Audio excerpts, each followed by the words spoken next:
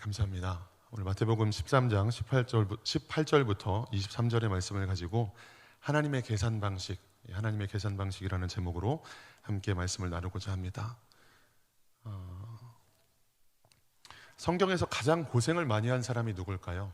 성경에서 가장 고생을 많이 한 사람, 여러 사람이 떠오를 수 있겠죠. 왕이 되기까지 끊임없이 생명의 위협을 당했던, 쫓김을 당했던 다윗도 있을 거고, 억울하게 누명을 쓰고 감옥에 들어가기도 했었고, 형제들에 의해서 노예로 팔렸던 요셉도 있을 거고, 정말 많은 사람들이, 믿음의 선진들이 참 많은 고생, 이런 모양 저런 모양으로 고생을 했었습니다. 여러 사람을 떠올릴 수 있지만 오늘은 그 중에서도 야곱을 좀 생각해 보려고 합니다. 야곱은 그의 인생 말년에, 그의 노년에 애굽의 바로왕 앞에서 자신의 인생에 대해서 이렇게 고백합니다. 창세기 47장 9절입니다. 읽어보겠습니다. 야곱이 바로에게 아뢰되 내 나그네 길의 세월이 130년이니이다. 내 나이가 얼마 못 되니 우리 조상의 나그네 길의 연조에 미치지 못하나 험악한 세월을 보내었나이다 하고. 아멘. 내 130년의 인생이 험악한 세월이었다라고 고백을 합니다. 물론 우리가 야곱의 인생을 잘 알고 있죠.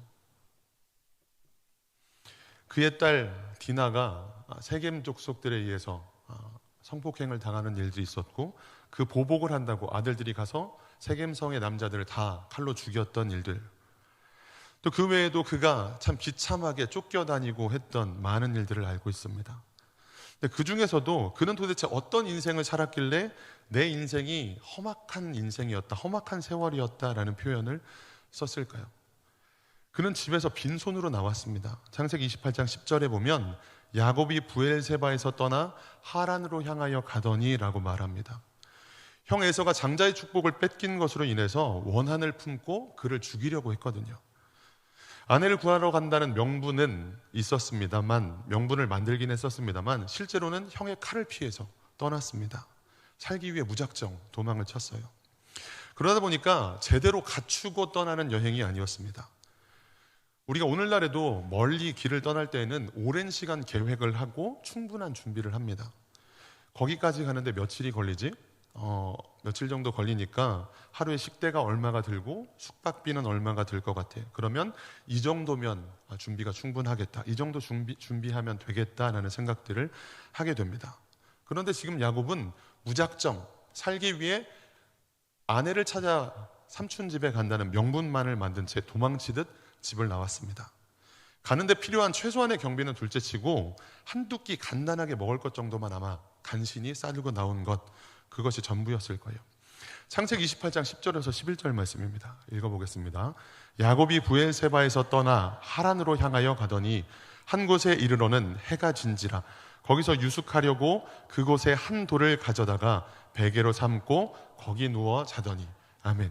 이 말씀을 통해서도 알 수 있어요. 만약 그가 계획하고 준비된 떠남이었다면 내 걸음으로는 오늘 저녁 정도 되면 어디쯤 갈 테니까 거기에 있는 여관에서, 거기 있는 호텔에서 묵으면 되겠다, 이런 계획과 준비를 가지고 갔을 텐데, 그가 애초에 계획이나 준비 없이 급작스럽게 도망치듯 떠난 그런 길이었기 때문에 갑작스럽게 가다가 해가 져서 길에서 노숙을 하게 되는 장면을 오늘 이 10절, 11절 말씀을 통해서 볼 수 있는 거죠. 그의 시작부터, 집에서 떠나는 것부터가 고생의 시작이었습니다. 그러면 외삼촌 라반의 집에서의 그의 삶은 어땠습니까?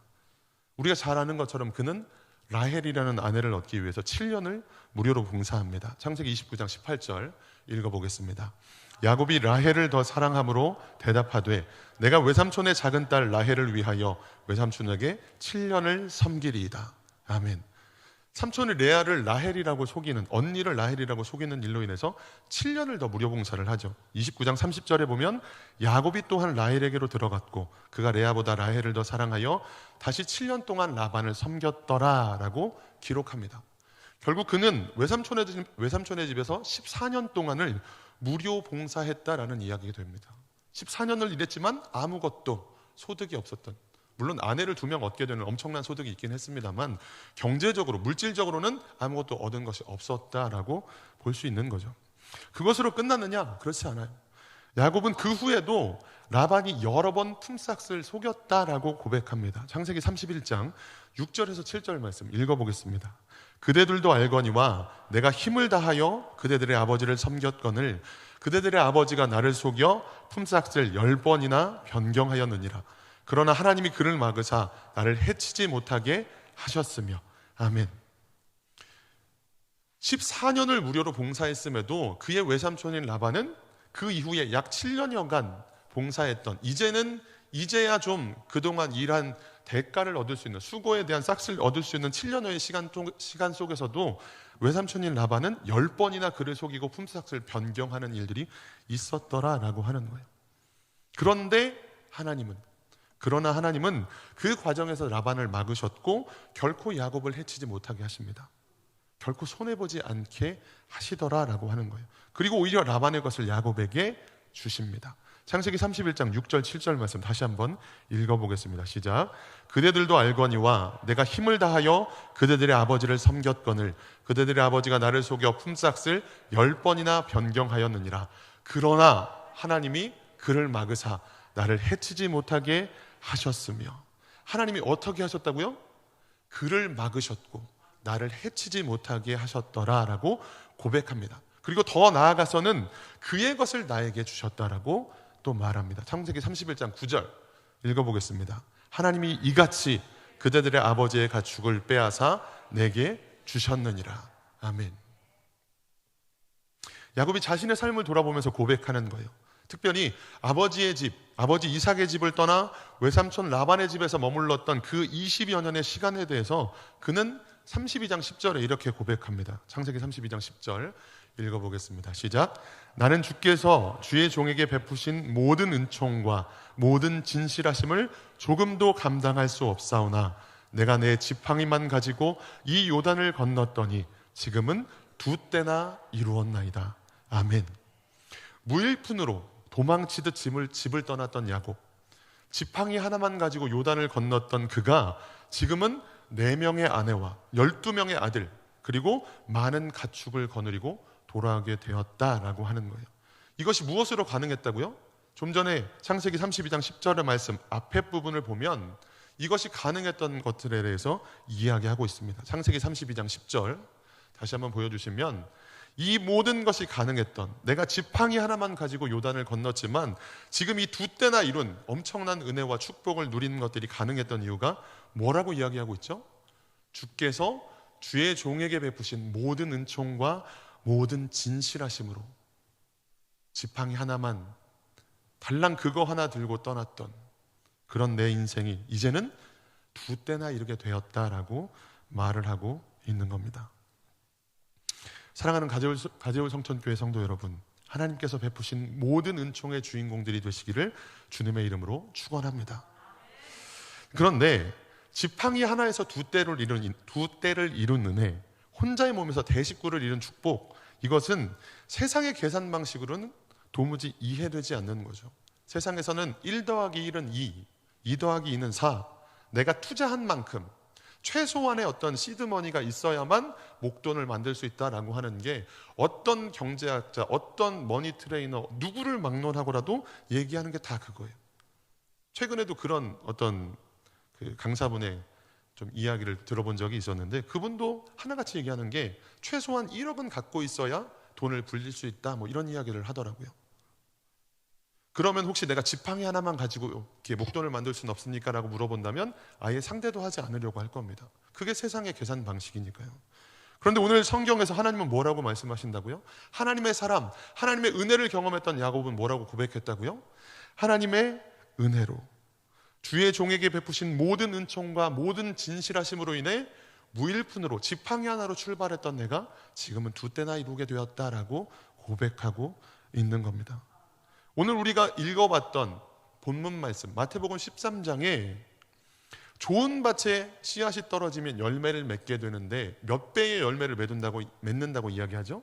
100배, 60배, 30배의 결실을 맺는다라고 이야기를 합니다. 그런데 지금 이 야곱의 인생을 살펴보면 이게 30배, 60배는 둘째치고 100배 정도로 계산이 되는 건가요? 아니죠. 아예 없었는데 어떻게 이게 100이 됩니까? 0 곱하기 100은 0인데요. 그야말로 하나님의 은총과 하나님의 돌보심으로 말미암아 그는 이런 엄청난 은혜와 축복의 주인공이 되었다라고 하는 겁니다. 그런데 야곱의 인생만 그랬느냐? 하나님의 이러한 우리의 이해로는, 우리의 논리로는, 우리의 어떤 계산으로는 도무지 설명할 수 없는 하나님의 이런 엄청난 은혜와 축복은 야곱의 인생에만 나타나느냐? 그렇지 않아요. 성경 곳곳에 나옵니다. 우리가 잘 아는 물고기 2마리, 떡 5덩어리로 장정만 5,000명을 먹이고 남긴 오병이어의 기적이 있죠. 남녀노소를 다 합치면 약 2만 명 정도가 되었을 거다라고 성경학자들은 이야기를 합니다. 추산을 해요. 30배, 60배가 뭐예요? 100배도 넘는 계산식이죠. 네가 너의 도시락을 심었어? 네가 너의 가진 것을 뿌렸니? 내가 그것으로 어떤 역사를 이루는지 보여줄게. 그게 이 오병이어의 기적을 통해서 하나님께서 우리들에게, 그때로부터 이 말씀을 읽는 모든 자들에게, 오늘 2020년, 23년을 살아가고 있는 저와 여러분들에게도 다시 한번 하나님의 계산 방식, 하나님의 축복 방식, 하나님께서 하나님께 뿌리는 것에 대해서 어떻게 거두게 하시는지를 보여주는 계산식이다라고 하는 겁니다.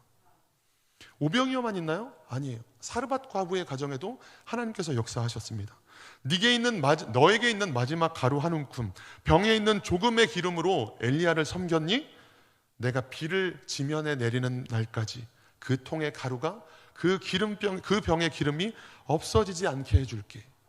이게 하나님의 계산식이라는 거예요. 아마 사르밧 과부도 그 마지막 하나 남은 걸 드리는 것은 쉽지 않았을 겁니다. 도무지 계산이 서지 않았을 거예요. 아니 어쩌면 이걸 드리든 드리지 않았던 0이 될 수밖에 없는 상황이었던 까닭에 더 조금은 쉽게 드릴 수 있었는지도 모르겠습니다. 하지만 하나님은 그 드린 것을 30배, 60배, 100배가 넘는, 1000배, 10,000배가 넘는 하나님의 계산 방식으로 갚아주시더라라고 하는 거예요. 그러면 무언가를 드려야만 주시는 분인가요? 그렇지 않아요. 하나님은 무에서 유를 창조하시는 분입니다. 아무것도 없는 광야에서 만나를 내시고 그것으로 먹이시는 분이에요. 자그마치 40여 년의 시간을 하나님은 그렇게 일하셨습니다. 우리의 이성으로, 우리의 계산으로 하나님을 측량할 수 없고 그분의 계산을 이해할 수도 없습니다.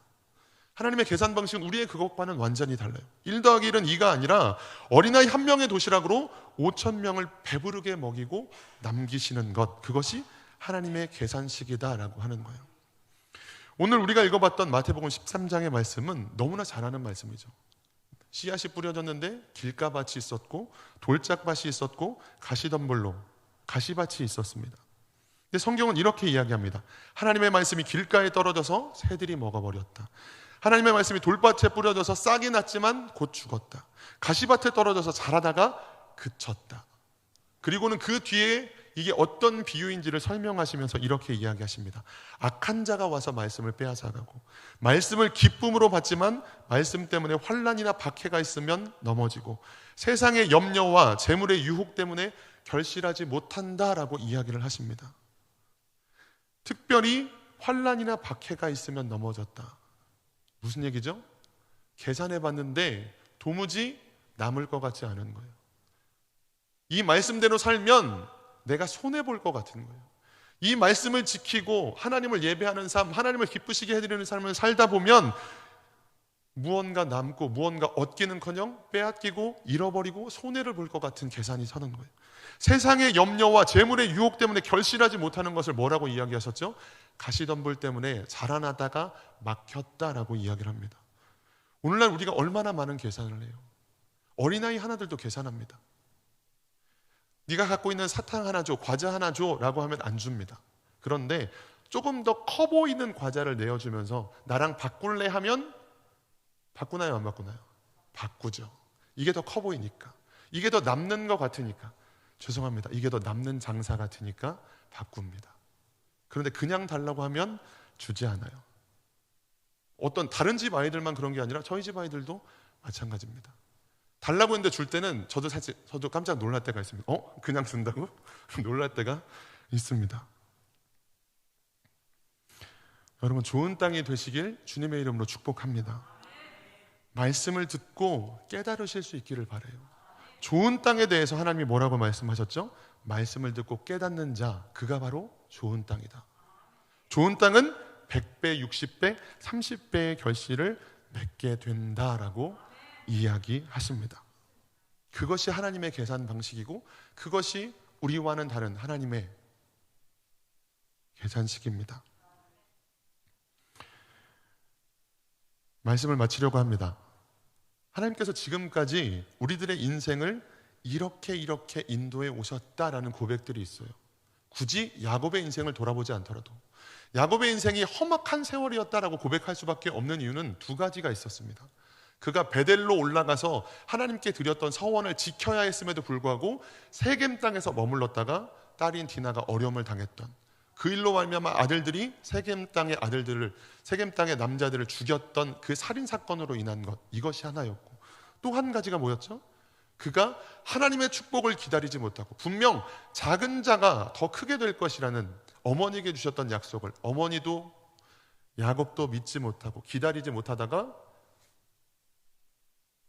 형을 대신하여 아버지를 속이고 축복을 가로챘던 일, 그것으로 말미암아 그의 인생이 험악한 인생이 되어졌었죠. 그러나 이 두 부분을 제외하면 라반이 그를 속이기도 했었고 품삯을 10번이나 바꾸고 그리고 레아를 라헬이라고 속이면서 14년을 무료 봉사로 하게 했던 여러 가지 일들이 있긴 했습니다만 그 가운데 하나님은 오히려 야곱을 돌보셨고 지키셨고 라반의 것을 빼앗아 주시는 축복까지라도 주시는 일들이 야곱의 인생이었다고요. 야곱만 그런가요? 아니에요. 우리의 인생도 그렇습니다. 우리가 하나님을 온전히 신뢰하지 못하는 탓에 당하는 여러 가지 어려움과 고난과 괴로움은 있었을지언정 하나님은 우리의 삶의 순간순간마다 은혜를 베푸시고 역전을 허락하시고 내가 드린 것보다 훨씬 더 많은 것으로 갚아주시는 일들이 우리의 삶에 얼마나 많았는지 모릅니다.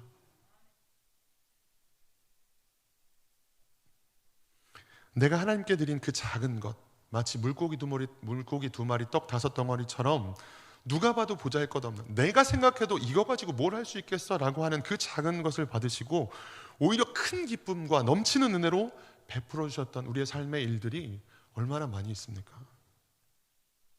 그럼 우리가 해야 되는 건 뭐죠? 계속해서 뿌리는 거예요.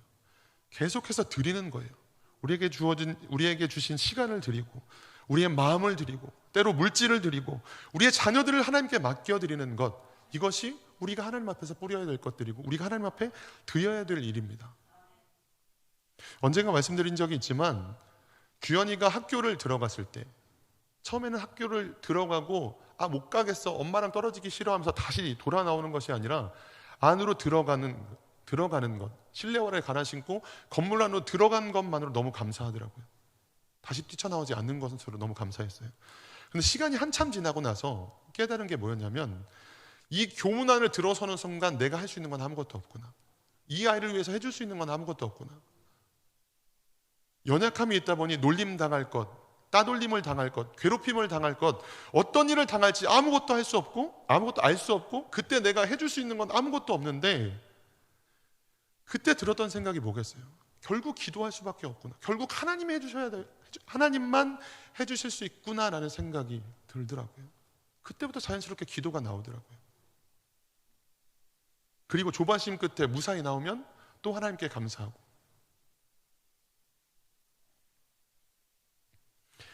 작년 12월 말에 저희 가정이 가족의 성천교회로 왔잖아요.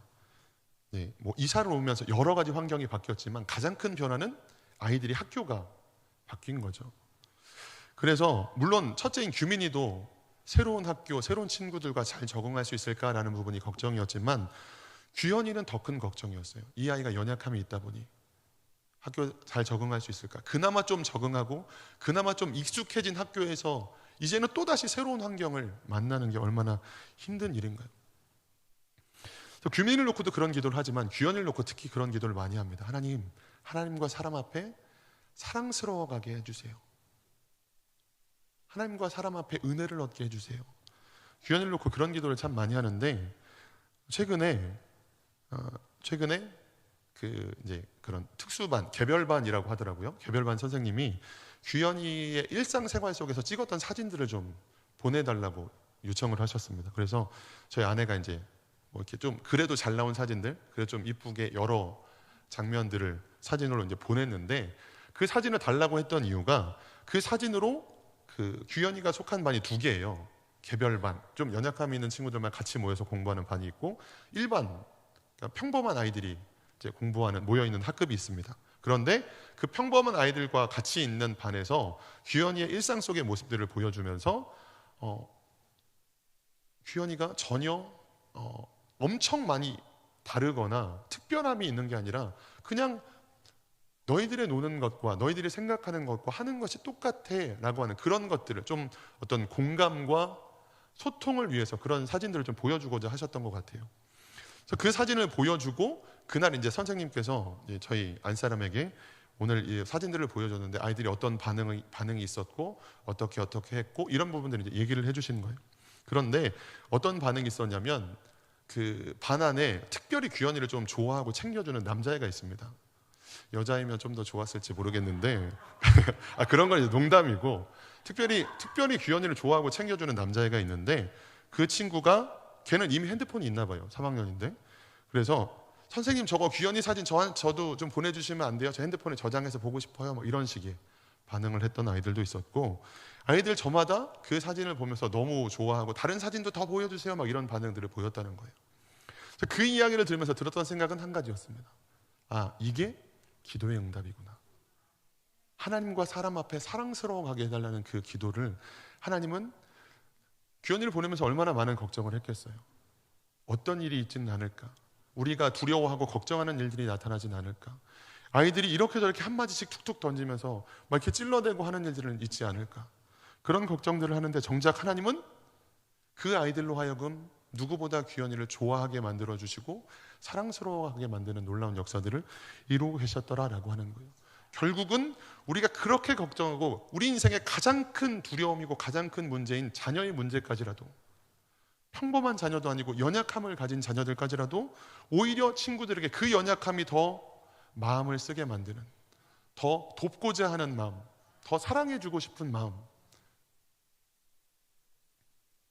가끔 학교하러 규현이를 데리러 가면 뭐 이제 제가 월요일은 공식적으로 쉬는 날이 되다 보니까 월요일은 항상 이제 학교를 도우러 가는데 그러면 매번 그런 건 아니지만 가끔 친구들이 규현이 손을 잡고 이렇게 데리고 나와요. 그런 것들을 보면 또 감사할 수 있게 되는 거죠. 걱정했는데 하나님은 또 이렇게 역사하고 계시는구나. 지난번에는 이 친구가 손을 잡고 나오더니 오늘은 또 이 친구가 손을 잡고 나왔네. 그러니까 한 명만 계속 그렇게 이렇게 데리고 나온다면 얘는 좀 규현이를 좋아하는 아이인가 보다, 얘는 좀 규현이에게 마음을 주는 아이인가 보다라고 생각하겠지만 그렇게 친구들이 바뀔 때마다 얘를 통해서도, 이 아이를 통해서도, 이 친구를 통해서도 하나님은 규현이가 사랑받게 하고 계시는구나라는 생각들을 하게 되더라고요. 여러분, 때로는 우리의 수고가 무의로 돌아가는 것 같은 때가 있습니다. 우리가 하나님의 말씀을 뿌리고 때로 하나님께 내 시간을 드리고 내 물질과 마음을 드렸는데 마치 돌짝밭처럼, 길가밭처럼, 가시덤불밭처럼 열매를 맺혀드리지 못하는 것 같은, 아니 우리 입장에서 생각하면 열매를 얻지 못하게 되는 것과 같은 경우들도 분명히 있습니다. 4개의 밭 중에 3개가 실패했다면 우리의 계산으로는 손해잖아요. 마지막 하나에서 무언가 열매를 좀 얻는다고 할지라도 3개의 밭에서 4개 중에 3개가 실패했다면 이건 손해죠. 차라리 뿌리지 말걸, 들여봐야 남는 게 없네 라고 생각할지 모르지만 그 마지막 밭에서 하나님은 어떻게 거두게 하신다고요? 100배, 60배, 30배를 거두게 하신다고요. 하나님께 드리고 하나님께 뿌린 것은 절대로 손해보는 일이 없는 줄 믿습니다. 우리의 수고가, 우리의 섬김이, 하나님께 드림이 무의로 돌아가는 것 같아도 때로 내 연약함, 우리의 가정의 문제, 육신의 문제, 인간관계의 문제까지라도 하나님께 드리고 하나님께 뿌리고 하나님께 맡겨드릴 때 하나님은 우리의 계산을 뛰어넘는 하나님의 계산식으로 갚아주시고 열매를 거두게 하시고 하나님의 놀라운 역사들을 이루게 될 줄 믿습니다. 우리 시편 126편 5절 6절 말씀 한 번만 읽어보겠습니다. 읽어보겠습니다. 눈물을 흘리며 씨를 뿌리는 자는 기쁨으로 거두리로다. 울며 씨를 뿌리러 나가는 자는 반드시 기쁨으로 그 곡식단을 가지고 돌아오리로다. 아멘. 울더라도 하나님 앞에 뿌리시고 하나님 앞에 드리시고 이걸로 뭘 할 수 있겠어가 아니라 그 작은 것을 통해 하나님은 놀라운 역사를, 오병이어의 기적을, 100배, 60배, 30배의 결실을 우리에게 허락하실 줄 믿습니다. 기도하겠습니다.